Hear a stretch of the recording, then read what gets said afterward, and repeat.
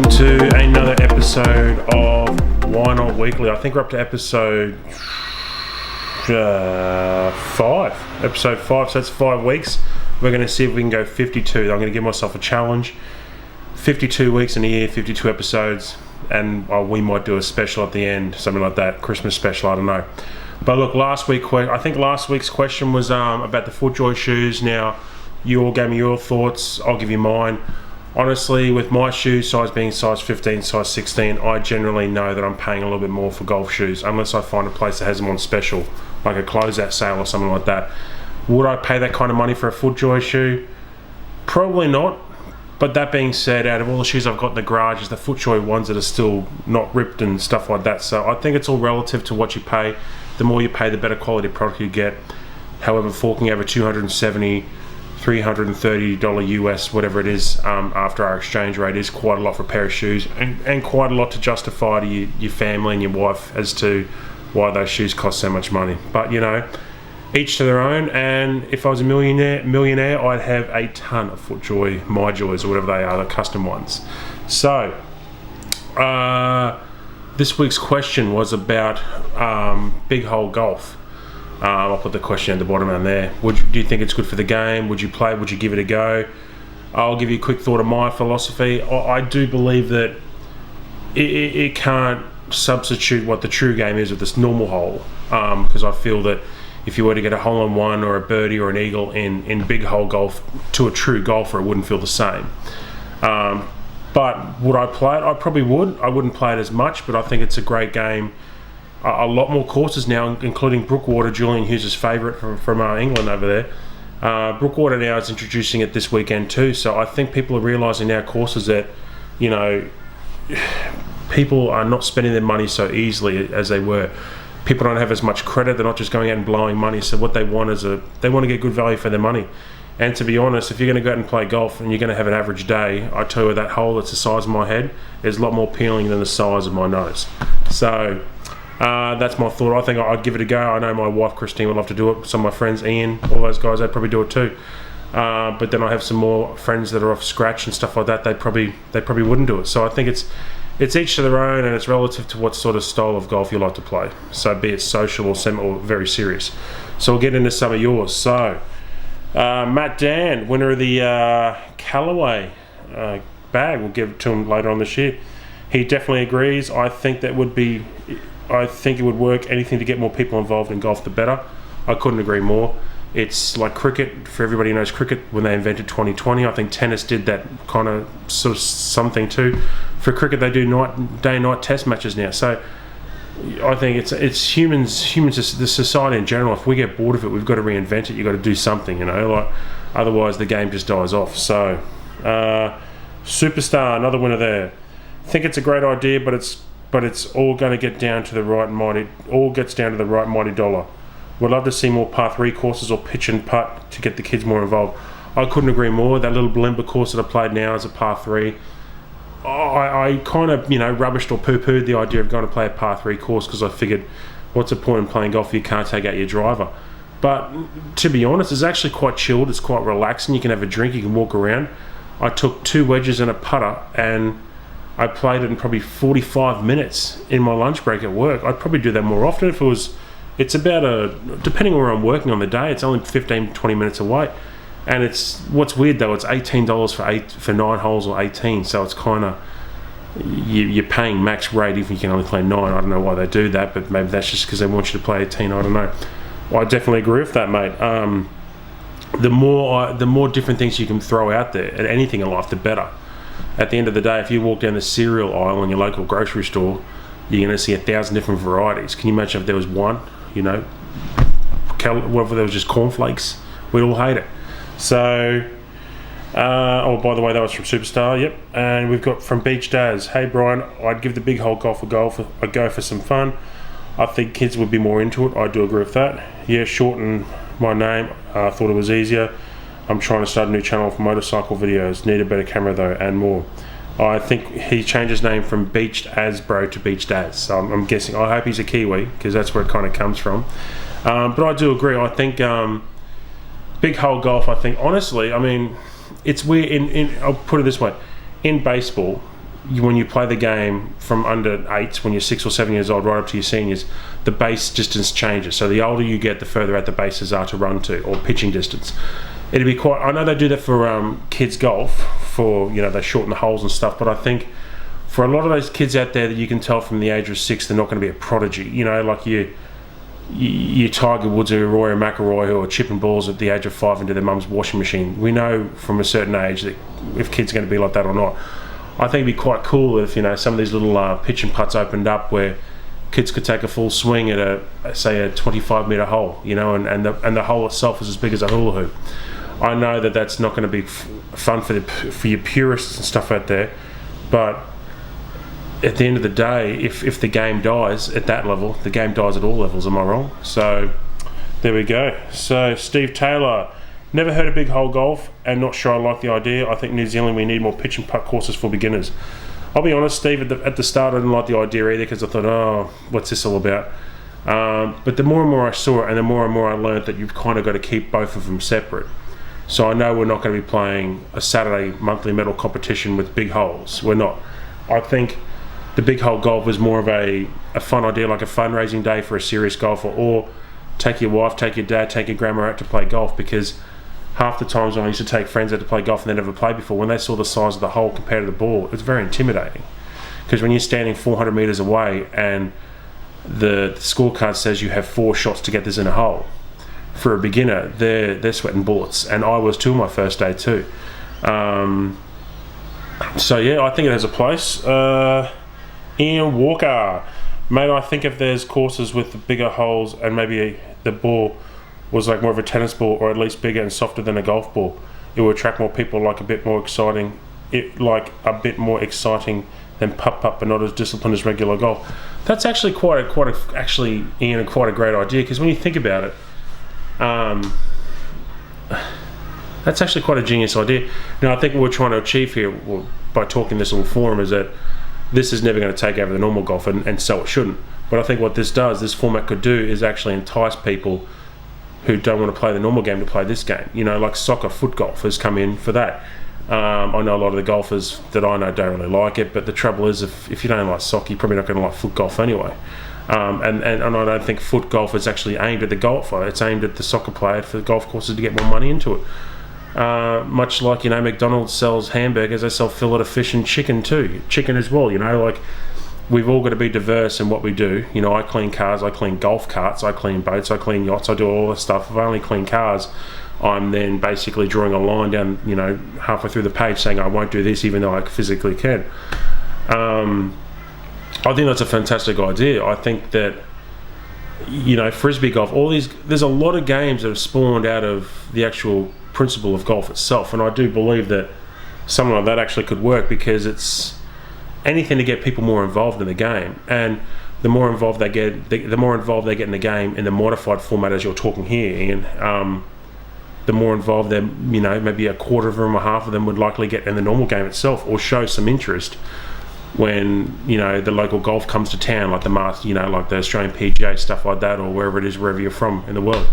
So that's a good idea. Charles Farley, putting is the greatest discriminator of top talent. It would be tough to take that away from competitive golf. It would speed up the weekend golf though. I do agree. I think when it all comes down, everybody says the best golfers in the world are the ones that are best inside 100 metres or 100 yards. I personally can hit it. I've hit a golf ball once in my life, 400 metres, 440 yards, down hurricanes and downhill. So I can't take that as all muscle. It's not. It was fluke. But I then end up 3-putting for a birdie on a par 5. So for a par. So I couldn't believe it. So it goes to show you that you're right, that unless you can putt and you can chip, you're not going to be the greatest golfer in the world. But I do believe that I don't think, I think big hole golf will have to be separate. I think you could have special big hole golf days at courses, but I think if they actually want to make this a serious format, courses will just have to be a big hole course, because if you're going to have social big hole golf and then more competitive big hole golf, then it'll have to be separate, because otherwise it's just going to get too confusing. I know sometimes golf days have the 2 holes per green, a green and a red flag, and the green flag's the easy one, the red one's the hard one. if you go for the red one, I think you get an extra point. It's a fundraising idea we did once. It was a really good idea. But yeah, George Cassius. So Adidas are the best and most comfortable golf shoes I've ever owned, Fort Jaws included. I've had them for 3 years now and still have the same spikes. Couldn't agree more, mate. I think I really do believe, sorry to backtrack, but I really do believe companies that specialise in their main thing first. I mean, as far as I was concerned, Adidas started off in shoes, as to Nike, I think, all that.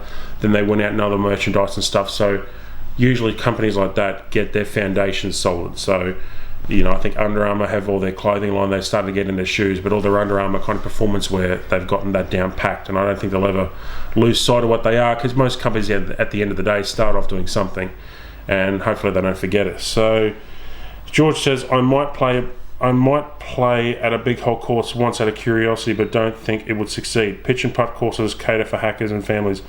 Maybe they make holes larger. Well, I think that's kind of, I think what George is trying to say, I think, is I think honestly, probably George, the big hole golf's probably not aimed at us. I think it was just the question of our opinion of what we think. I think that if my neighbours' kids were 12 and 13 and they were playing cricket and softball or soccer or whatever it is, and the idea of using a golf club, which can be quite heavy for kids to swing around, and honestly, kids have the attention span of like honestly a puppy, and if a kid's slicing ball, hitting it over here, missing it, he's going to go, let's go do something else. I think, like Ian said before, if the ball was bigger, if the hole was bigger, stuff like that, that'd get more people into it. And to be honest, it's more people playing, the better, I think. And I think that if you were going to have big hole golf, I think courses probably need to have it probably does need to be separate. Maybe you might only have 1 or 2 big hole courses in your city, if you might even have 1. Or you might just have a fundraiser day every few months for it. But I think on that day, it's a great way to bring people into the game. So, yeah. That's it for the questions this week. My question for you, we'll talk about that at the end, but it's a pity because I was going to turn this camera around, face the TV over there, and I was going to do this with the Masters Par 3 comp in the background, but I can't because it's been washed out. I just heard Adam Scott went up there, had 1 putt, and the siren went. So, and I see Crossfield, Rory and Lockie are all there. Looks like they're crammed into one room, so that's a lot of man sweating there. Okay. But yeah, good luck to everybody in the Masters, as if you're probably watching me anyway if you're playing in that. But that's episode 5 done and dusted. Alright guys, my question to you this week, and this might be a bit of a controversial one. I've played in competitions before where I've myself have been on a horrible lie, and I've had friends as well. We've all been on lies, and I'm not talking at a hazard. This is in the rough or in the fairway, something like that, or on a tree root where I've said to somebody, look mate, I don't mind if you move that ball an inch just to get that away so you don't ruin your club. I've said that. Now I know sometimes when we play with certain people, they say play it as a lies, and I do agree with that. This is why this is a controversial one, and don't judge, this is just for all of us to have an opinion. But I do believe this all comes back to keeping people in the game. But my question to you is, if you're playing in your Saturday competition or whatever competition you're playing in, serious, semi-serious, whatever have you, whatnot, if your ball or your friend's ball was lying on a rock or something and you weren't allowed to move it according to the rules of golf, but you've got your £1,200 or $1,500 set of Strixons that I do, they're chrome, beautiful.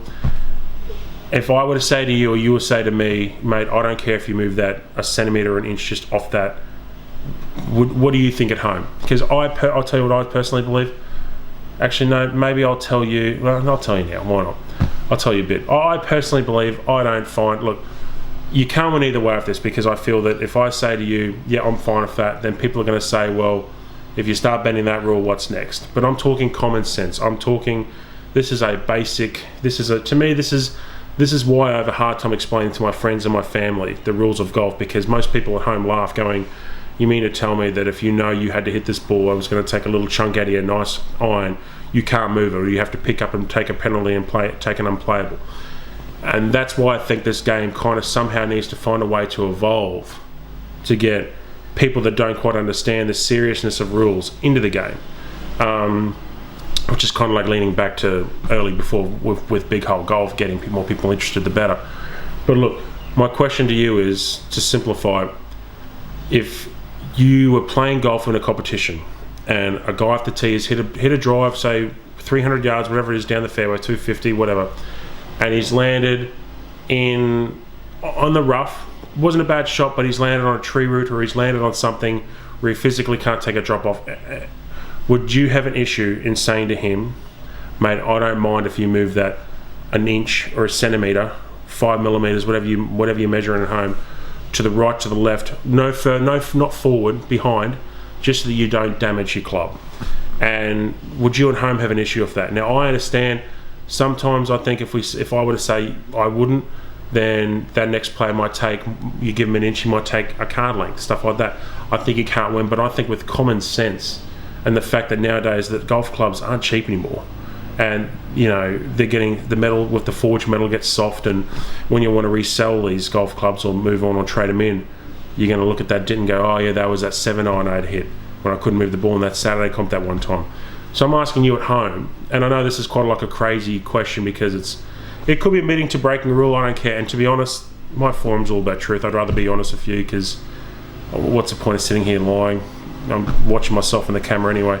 I've done it before in a few competitions where I've talked to people, and people have done it to me too. At the end of the day, we're not talking about moving a golf ball from out of the hazard onto the fairway, out of a divot into the fairway. We're talking about moving a golf ball off a tree root, or off something that's going to prevent you from either A, hurting yourself, or B, not destroying your club, but making you quite angry. And with golf, you'll hold on to that anger for a few more holes too. If you're like me, you'll be looking at that 7-iron going off, excuse my French, fuck, why did I do that? Stuff like that. And when you go and trade it in, what's the first thing they're going to look at? And you've got to justify that massive dent in a 7-iron. So yeah, guys, that's my question to you, so answer below. So that's week 5 over. We're up to 19 minutes, so 20 minutes. Looking forward to the Masters. I think on Sunday, 2 days time from now, we'll have part 2 from Bulimba. Then we've got a subscribers what's in the bag coming up, Tyson, Supreme Golf. And then hopefully we've got a few more. We've got the end of Bulimba, and then I'm hoping, got a mate of mine who's going to be Lou, who's working up in Mount Isa, which is a mining town. He's going to hopefully take a few videos of his golf course up there. Now I tell you what, I've seen some photos. If he gets these videos to me, this is going to be a real treat for anybody around the world who hasn't seen what true desert golf looks like. Because I'm sorry, Dubai, that's not desert golf. Wait till you see what it looks like when the fairways look like literally a dirt track and the greens are like an oasis. So thanks, guys. Remember the question down below. Comment on that question about the moving the club, moving the ball. And remember, keeping it as honest as you want. If you disagree, you tell me down below. Let's keep this forum legitimate, open to anybody. And yeah, thanks, guys. Good luck, and I'll talk to you. You'll probably see me in the vlog, or I'll talk to you in a couple of days next week for Why Not Weekly. Thanks, guys.